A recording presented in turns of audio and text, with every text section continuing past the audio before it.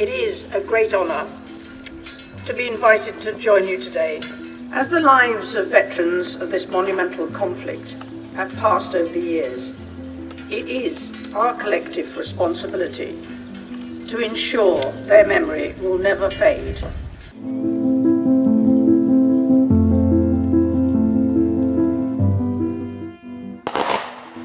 Hari ini kami membawa kabar yang mengguncang dari jantung monarki Inggris. Putri Anne mengambil langkah besar menentang bangkitnya rencana Camilla untuk putrinya. Di dalam tembok megah Westminster Abbey, sebuah tatapan tajam dari seorang anak tiri ratu kepada sang putri kerajaan telah memicu konflik tersembunyi yang menguji esensi monarki itu sendiri. Peristiwa ini menyingkap kontradiksi mendasar antara ambisi dan tradisi, antara garis keturunan dan kedekatan dengan kekuasaan. Dan semua itu kini mengancam masa depan Wangsa Windsor Westminster Abbey, tempat di mana berabad-abad sejarah Inggris terukir di dinding batu, menjadi panggung dari drama sunyi itu. Hari Persemakmuran, sebuah momen ketika tradisi dan kekuasaan bersatu dalam harmoni, seolah berubah menjadi ajang perlawanan yang tak terucapkan. Cahaya matahari menembus jendela kaca patri berwarna, memantulkan spektrum cahaya ke bangku depan yang dipenuhi para anggota senior keluarga kerajaan. Kilauan emas, topi berhias mutiara, dan jubah seremonial yang disulam dengan presisi, menambah aura agung yang memukau. Catherine, Putri Wales, sosok yang melambangkan masa depan monarki, tampil anggun dalam gaun hijau, melakukan penghormatan halus kepada Ratu Camilla. Gerakan itu sederhana namun syarat dengan makna hierarkis. William, Pangeran Wales, berdiri di sisinya, dengan sikap penuh kewibawaan, wajahnya tenang, meski menyembunyikan beban berat seorang pewaris tahta. Anak-anak mereka, meski melangkah kikuk, mencoba meniru ayah dan ibunya. Lukisan nyata kesinambungan dinasti. Namun, di tengah simfoni yang teratur ini, sebuah nada sumbang memecah keserasian. Satu tatapan, hanya sekejap, namun cukup untuk menghentikan jalannya upacara. Dan seluruh dunia pun terperangah. Tatapan itu tidak datang dari Camilla, sang ratu yang lihai memainkan perasaan publik. Bukan pula dari William, penjaga teguh warisan keluarga. Sumbernya justru Laura Lopez, putri tiri sang ratu. Dan sasaran pandangannya adalah Putri Anne, sosok yang selama ini menjadi benteng tak tergoyahkan dari garis keturunan kerajaan, putri yang mewarisi keteguhan sang Ratu Elizabeth II. Anne maju ke depan dengan langkah penuh wibawa.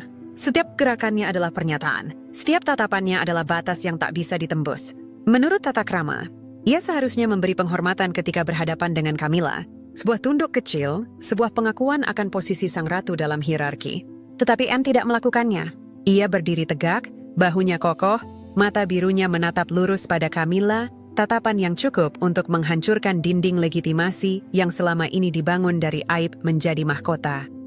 Camilla, yang biasanya terselubung senyum terlatih, goyah seketika. Jemarinya yang terbungkus sarung tangan putih bergetar.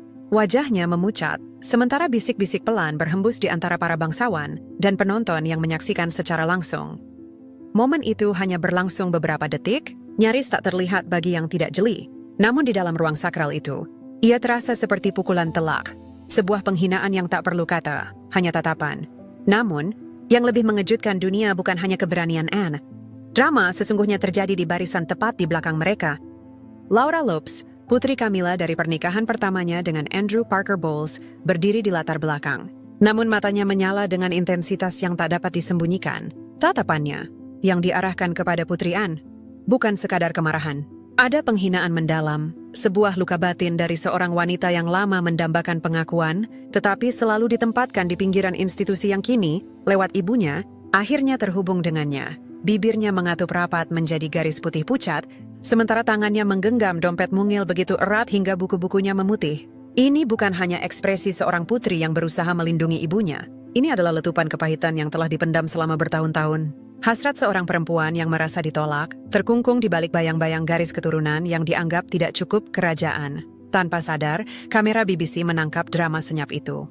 Dan dalam hitungan jam, sorotan Laura di Westminster Abbey berubah menjadi badai di media. Judul-judul provokatif membanjiri tabloid dan media sosial. Putri Camilla menantang bangsawan. Tatapan mengejutkan Laura Lopez di Westminster. Konflik kerajaan, siapa yang berkuasa? Forum daring pun meledak.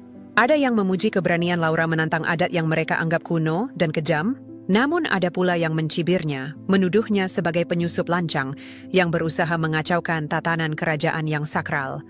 Tak seorang pun menduganya Tak seorang pun menyangka bahwa seseorang yang begitu jelas berada di luar garis keturunan kerajaan berani menantang inti sistem kekuasaan monarki. Bukan dengan kata-kata, melainkan dengan amarah yang ditahan dalam tatapan. Berpuluh tahun Camilla telah berjuang mendapatkan mahkota. Ia telah berhasil meraih gelar ratu, namun tampaknya itu tidak cukup. Ia menginginkan lebih, mengangkat putrinya, seorang perempuan tanpa darah kerajaan, ke jantung kekuasaan istana. Sementara Anne memikul beban tradisi, William bergerak diam-diam untuk menjaganya, Laura justru haus pengakuan. Pertarungan tersembunyi pun dimulai. Ini bukan perebutan mahkota. Ini adalah pertaruhan yang jauh lebih berbahaya, perebutan legitimasi di dalam istana. Tak ada yang berani membicarakannya secara terbuka. Namun semua orang merasakan getarannya. Sebuah retakan telah muncul di fasa tak tergoyahkan monarki Inggris. Pertanyaan pun menggelayut penuh ancaman. Jika Camilla menang, tradisi manakah yang pertama kali akan ia hancurkan? Dan jika ia kalah, siapa atau apa yang akan tersisa, terkubur dalam bayang-bayang sejarah dan sumpah seorang ibu? Di balik dinding Clarence House, kediaman resmi Raja dan Ratu di London, gempa kecil dari Westminster mulai terasa. Lampu kristal berkilauan, karpet Persia terhampar indah, namun suasana yang tercipta bukan kemewahan, melainkan penjara yang mencekik. Camilla berjalan mondar-mandir, jemarinya mencengkeram sapu tangan sulam dengan erat. Seakan itu satu-satunya jangkar yang menahannya dari kehancuran. Mata yang biasanya pandai memancarkan kehangatan kini buram, diselubungi gejolak yang tak lagi bisa ia sembunyikan. Anne masih hidup dalam bayang-bayang Elizabeth, bisiknya dengan nada getir, campuran amarah dan putus asa seorang perempuan yang terluka. Raja Charles III duduk di sofa beludru merah tua, mengangkat wajah dari buku yang berusaha ia baca. Dengan nada lembut, ia mencoba menenangkan istrinya. Camilla, kau tahu siapa Anne? Ia selalu keras kepala, terikat tanpa kompromi pada tradisi. Tapi ia tidak berniat menyakitimu. Namun kata-katanya hanya melayang, tanpa mampu meredakan badai dalam hati Camilla.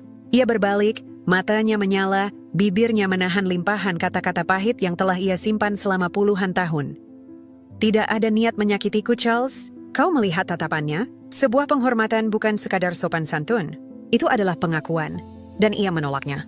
Ia menolakku di hadapan dunia pada hari persemakmuran.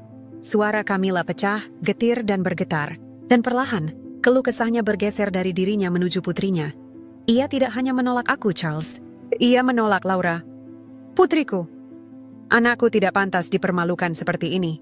Ia darahku, dan aku tidak akan membiarkannya selamanya berada dalam bayang-bayang. Camilla berjalan menuju jendela, menatap taman gelap di luar, seolah mencari jawaban di antara bayangan pepohonan tua yang bergoyang. Namun yang hadir justru sebuah ingatan pahit tahun 2005. Saat Charles akhirnya mengumumkan cintanya kepada Camilla dan mengungkapkan peran masa depannya sebagai permaisuri di sisinya. Dunia meledak, judul-judul surat kabar menyerang tanpa ampun. Publik mencaci, keluarga kerajaan memalingkan wajah dengan dingin. Dan Putri Anne, selalu teguh, selalu lurus, dengan tegas menolak. Di hadapan ibunya, Ratu Elizabeth II, ia meminta pengecualian dari kewajiban untuk memberi hormat kepada Camilla. Alasannya tegas, terdokumentasi dalam catatan internal istana. Ia tidak bisa menunduk kepada seorang perempuan yang dicap publik sebagai penghancur reputasi kerajaan karena luka panjang pernikahan Charles dan Diana, sang putri Wales, Ratu Elizabeth. Dengan kebijaksanaan khasnya memilih diam. Ia tidak mendukung Anne, namun juga tidak memaksanya. Diam yang kala itu terasa kecil. Namun kini, di era Camilla, diam itu meledak menjadi badai. Di hadapan cermin berbingkai emas yang berkilau di ruang tamu Clarence House, Camilla berdiri diam. Ia tampak megah dalam gaun ungu sutra yang masih menyimpan aroma resmi dari hari persemakmuran. Namun keindahan itu tak sanggup menutupi kesunyian yang merayapi hatinya. Ia meraba kalung mutiara pemberian Charles di hari pernikahan mereka, sembari berbisik lirih, sebuah janji yang syarat dengan tekad yang tak tergoyahkan. Anne adalah penghalang terakhir, gumamnya. Namun aku tidak akan membiarkan dia menghancurkan aspirasiku, ataupun milik Laura. Di ruangan lain, yang dipenuhi karya seni modern dan perabot mewah yang halus, Laura Lopez duduk sendirian. Matanya masih menyala dengan api dari momen di Westminster. Di depannya, layar iPad menampilkan judul-judul tajam. Laura Lopez, sang orang luar kerajaan, putri tak bertakhta. Mengapa Putri Camilla tak akan pernah diakui? Setiap kata menusuk harga dirinya laksana belati yang diasah dengan hati-hati. Selama ini Laura bukanlah wanita yang haus sorotan. Ia memilih kehidupan tenang, jauh dari kilau istana dan hiruk-pikuk kamera. Namun tatapan dingin Putri Anne, penolakan terang-terangan terhadap ibunya, membangkitkan api yang selama ini ia kubur. Ia ingin diakui, sama seperti Beatrice, Eugenie, atau Zara Tindall. Wanita-wanita yang lahir dengan hak istimewa dan legitimasi yang tak pernah ia miliki. Ia berdiri, melangkah ke jendela, menatap jalanan London yang diguyur hujan. Dengan suara gemetar tapi penuh tekad, ia berbisik. Ibu menjanjikan sebuah tempat untukku. Lalu mengapa? Meski dia sudah menjadi ratu, aku masih merasa seperti orang asing. Pertanyaan itu membebani Camilla dan Laura, mendorong mereka pada pertarungan bukan hanya untuk legitimasi, melainkan juga untuk harga diri mereka sendiri di dalam hierarki kaku monarki Inggris. Camilla Parker Bowles bukanlah perempuan yang mengenal kata menyerah. Penghinaan di Westminster, luka yang diderita Laura. Semuanya hanya memperkeras niatnya. Baginya Laura adalah simbol kemenangan atas tatapan sinis, bisikan kejam, dan tembok tak kasat mata dari tradisi istana. Ia mengumpulkan tim komunikasinya di sebuah ruang rapat yang ditutupi tirai bludru merah tebal. Suaranya terdengar jelas, dingin, penuh instruksi tanpa ruang untuk bantahan. Aku ingin wajah Laura ada di halaman depan semua surat kabar dan majalah terkemuka. Tulis tentang amalnya, tentang kontribusinya pada seni, tentang perannya sebagai seorang ibu modern. Pastikan publik melihatnya sebagai bagian penting dari keluarga kerajaan yang baru. Ia menatap satu persatu orang di ruangan itu, memastikan tak ada yang berani menentang. Aku ingin frasa keluarga kerajaan yang baru muncul di setiap artikel. Saatnya memasuki babak baru. Namun Camilla tahu, sorotan media saja tak cukup. Ia tidak membutuhkan panggung yang lebih megah. Maka disusunlah rencana, perjalanan kerajaan selama 3 hari ke Kanada, sebuah acara penuh simbol dan politik, dihadiri tokoh-tokoh besar serta organisasi yang dulu berada di bawah naungan mendiang Ratu Elizabeth. Instruksinya jelas. Pastikan Laura berdiri di tengah, bukan di pinggir. Pastikan setiap foto menempatkannya di sampingku dan Charles. Publik harus percaya bahwa Laura adalah bagian dari masa depan monarki. Puncak strategi itu adalah Royal Gala di Montreal, malam penghormatan bagi mereka yang memberi kontribusi luar biasa bagi masyarakat, serta tradisi kerajaan. Andai Camilla mengincar penghargaan Heiress Award, sebuah penghormatan bergengsi yang dinamai dari nama Welsh Ratu Elizabeth II, untuk diberikan pada Laura. Andai Laura berhasil menerima penghargaan itu, dunia akan menyaksikan sebuah deklarasi sejarah. Putri Camilla bukan lagi orang luar, melainkan anggota sejati kerajaan, diakui, disorot, dan ditempatkan di panggung kekuasaan. Dengan mata yang berkilat penuh tekad, Camilla berbisik pada dirinya sendiri. Ini bukan sekadar tentang Laura, ini tentang aku. Tentang pembalasan atas setiap tatapan hina yang pernah kuterima. Dan kali ini, aku akan menang. Dalam keheningan malam di Clarence House, rencana besar Camilla mencapai titik genting. Ia telah menyiapkan setiap detail, pidato penerimaan, sorotan kamera, hingga pemahaman para panitia bahwa momen itu akan menjadi penobatan simbolis bagi putrinya, Laura. Namun, tidak semua orang menyambut ambisi ini dengan tangan terbuka. Di kursi kesayangannya, Raja Charles duduk dengan sorot mata berat. Ia mendengarkan istrinya dengan wajah diliputi kegelisahan. Lalu dengan nada penuh keraguan, ia bertanya pelan, "Camilla, apakah kau benar-benar yakin? Aku takut kau melampaui batas. Penghargaan itu dinamai dari ibuku. Itu warisannya, dibangun untuk menghormati prinsip yang ia jaga sepanjang hidupnya. Jika kita menggunakannya demi kepentingan pribadi, monarki bisa ternoda." Camilla berdiri di dekat perapian perlahan berbalik. Matanya menyala seolah menyulut api yang tak pernah padam. "Pribadi, Charles? Apakah kau menyebut ini pribadi? Anne memiliki Zara dan Peter. Andrew punya Beatrice dan Eugenie. Diana melahirkan William dan Harry. Semua mereka memiliki anak-anak yang lahir dengan gelar, dengan legitimasi yang tak terbantahkan. Dan now, kewannya kemiliki Laura. Ia adalah darah dagingku. Aku tidak akan membiarkan putriku diasingkan hanya karena aturan usang tentang garis keturunan." Suara Camilla bergetar, bukan sekadar oleh amarah, tetapi oleh naluri seorang ibu yang siap mengorbankan segalanya demi anaknya. Charles terdiam, menyadari bahwa luka di hati istrinya adalah sesuatu yang takkan pernah sepenuhnya ia sembuhkan. Camilla mendekat ke jendela.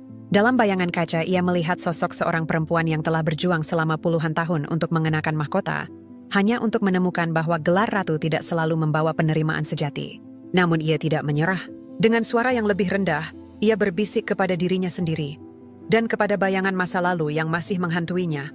"Aku akan memberikan pada Laura legitimasi yang tak bisa lagi diganggu siapapun. Pertarungan ini bukan lagi hanya tentang dia. Ini tentang harga diriku, tentang warisan yang akan kutinggalkan." Malam itu, sebuah janji pun terukir. The Blood Alliance, ikatan darah yang tak akan tunduk pada tradisi atau garis keturunan. Namun jauh di seberang lautan, ribuan mil dari Montreal yang sedang bersiap menyambut gala penuh cahaya, badai lain tengah mengintai. Di jantung Kensington Palace, Pangeran William duduk sendirian di ruang kerjanya. Lampu meja antik memandikan wajahnya dengan cahaya emas temaram, menyoroti mata yang penuh renungan, namun juga keteguhan. Di hadapannya terbuka sebuah berkas tebal, disusun dengan teliti oleh para penasihat setianya. Bukan senjata api, bukan pedang, bukan suara lantang, namun senjata halus yang dirancang untuk sebuah perang dingin. Berkas itu mengungkapkan dengan gamblang strategi Camilla. Artikel-artikel yang dipoles indah untuk mengangkat nama Laura, penampilan-penampilan yang diatur secara cermat agar ia tampak di jantung keluarga kerajaan, dan yang paling mengkhawatirkan, rincian tentang rencana Montreal. William menutup berkas itu dengan gerakan perlahan, lalu menghela napas panjang. Dalam keheningan malam ia tahu satu hal pasti.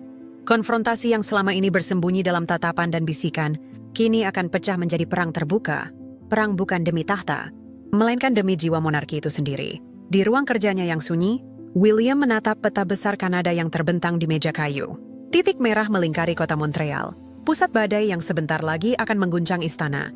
Ia berdiri tegak, lalu berjalan pelan mengitari ruangan, seakan setiap langkahnya adalah bagian dari strategi yang mulai terbentuk dalam pikirannya.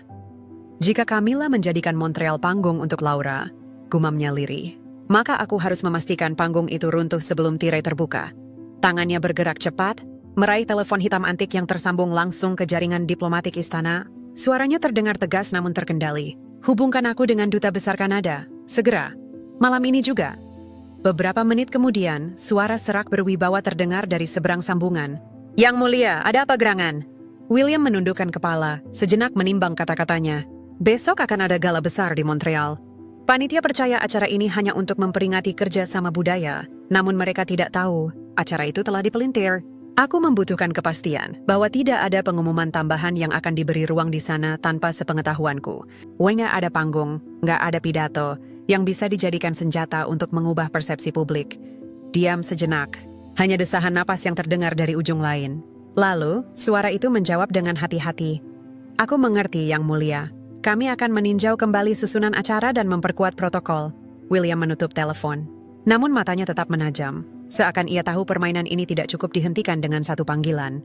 Ia lalu memanggil seorang staf kepercayaannya, pria setia yang telah lama melayani ibunya, Diana, dalam bayang-bayang istana. Siapkan tim dokumentasi. Aku The Weekend bernidap langkah Camilla di Montreal terekam. Jika ia mencoba mengubah gala menjadi penobatan, dunia mah harus melihat siapa yang memulainya. Staf itu mengangguk, menyadari beratnya perintah tersebut. William berjalan ke jendela, menatap langit gelap yang menggantung di atas London. Hatinya bergejolak namun wajahnya tetap tenang. Ini bukan lagi soal politik internal. Ini adalah soal menjaga warisan ibuku, menjaga tahta yang kakekku dan nenekku bangun dengan darah dan kehormatan. Dalam keheningan itu, ia membuat janji dalam hati. Jika Camilla berani menyalakan api di Montreal, maka ia sendiri akan hadir untuk memadamkannya, meski harus menantang ibu tirinya di hadapan dunia.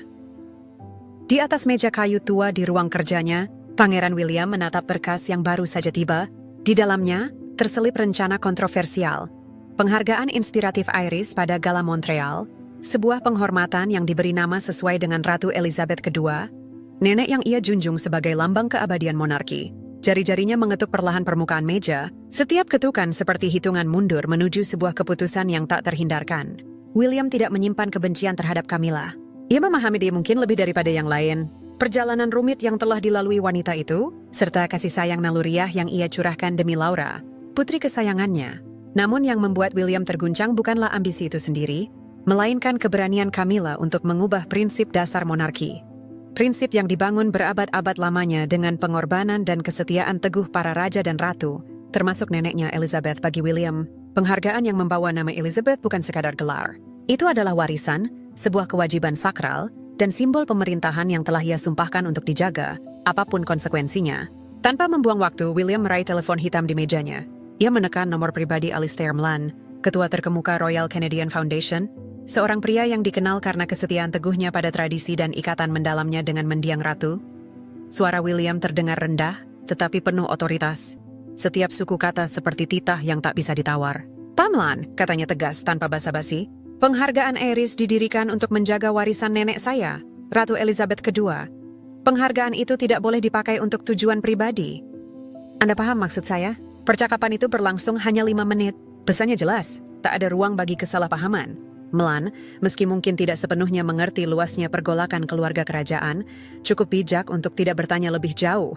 Suaranya terdengar khidmat ketika menjawab, "Yang mulia, saya sepenuhnya mengerti. Saya akan memastikan semuanya ditangani dengan benar." Namun William tahu, sebuah panggilan telepon saja tidak cukup. Untuk menghadang langkah Camilla, ia membutuhkan strategi lebih besar. Sebuah pendekatan yang tajam, terukur, dan sah secara institusional. Malam itu juga, ia mengadakan rapat darurat dengan para anggota Senior Royal Foundation, mereka yang memegang kekuatan akhir dalam memberi sanksi terhadap gelar dan penghargaan yang membawa lambang kerajaan. Pertemuan itu berlangsung di Kensington Palace, di sebuah ruangan berhias potret para penguasa masa lalu yang kini hanya menjadi saksi bisu. Suasana begitu tegang, seakan udara pun syarat dengan bobot sejarah. William berdiri tegak, sosoknya menjulang, pandangannya meneliti setiap orang di meja.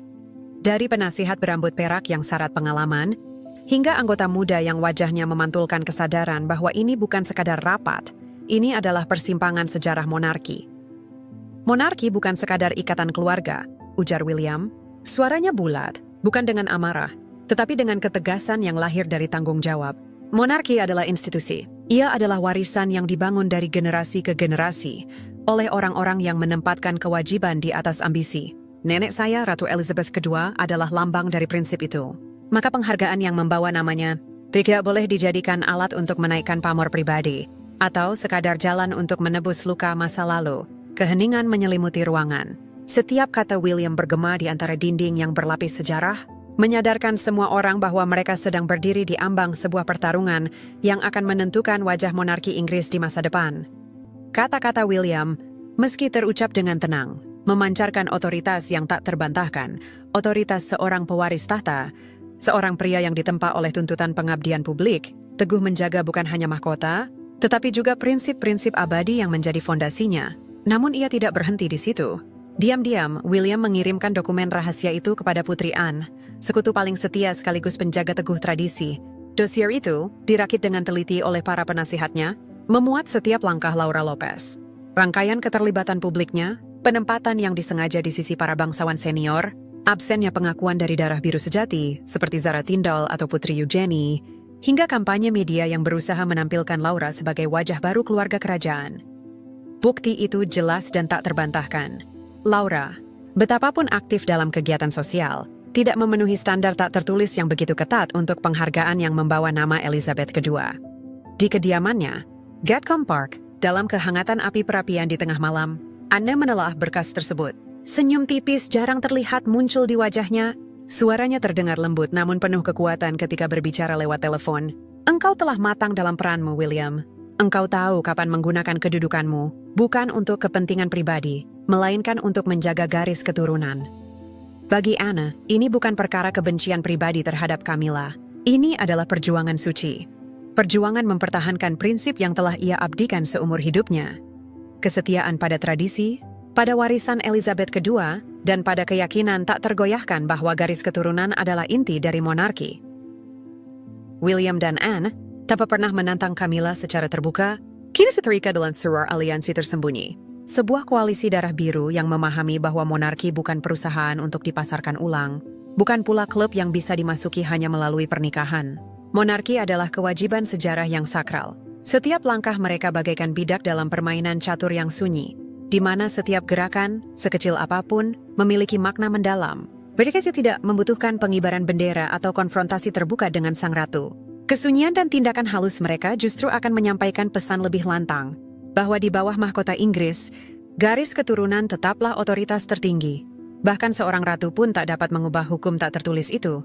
Lalu tibalah malam yang menentukan. Montreal, malam yang berkilau bak fantasi kerajaan. Lampu kristal menggantung laksana bintang, memancarkan cahaya gemerlap yang menimpa para tamu terhormat dengan busana terbaik mereka. Aula megah Mont Royal, berhiaskan tirai sutra putih dan emas, berpendar dengan aura kekuasaan dan kemewahan. Politisi, filantropis, tokoh berpengaruh dunia, dan elit Kanada berkumpul, membentuk panorama prestis yang memabukkan.